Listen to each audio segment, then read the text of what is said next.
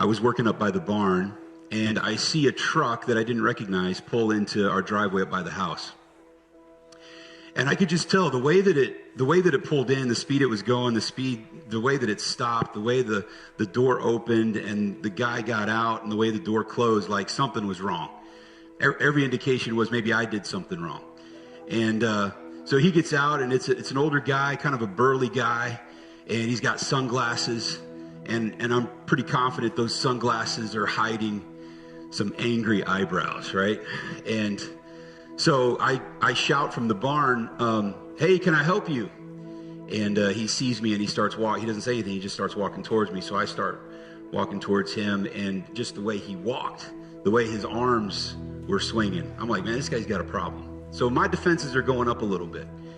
So we get to about 10 feet from each other. And again, everything about his posture and his countenance is I'm ready to defend my castle. You know what I mean? Defend my family. And he says, hey, have you seen my cat? And I'm in shock because I'm like, I didn't do anything wrong. Unless I ran over his cat and didn't know it.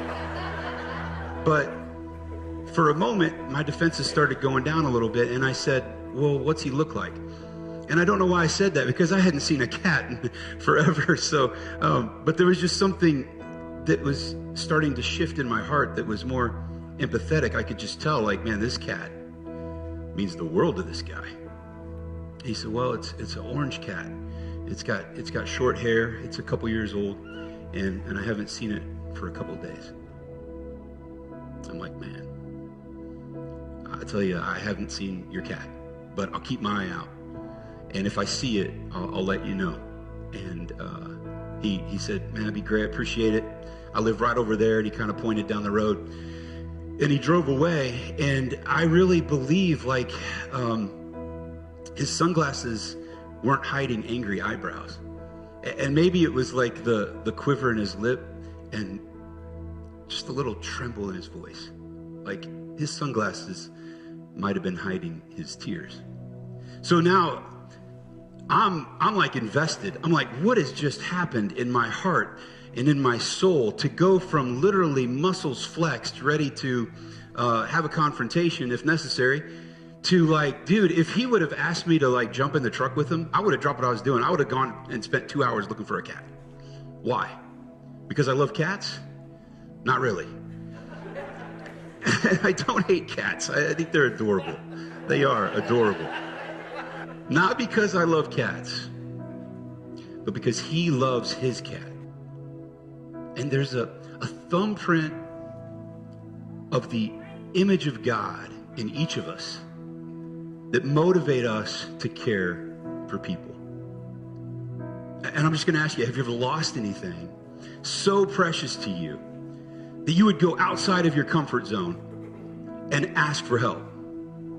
Luke 15, verses 1 through 7. So Jesus told them this story.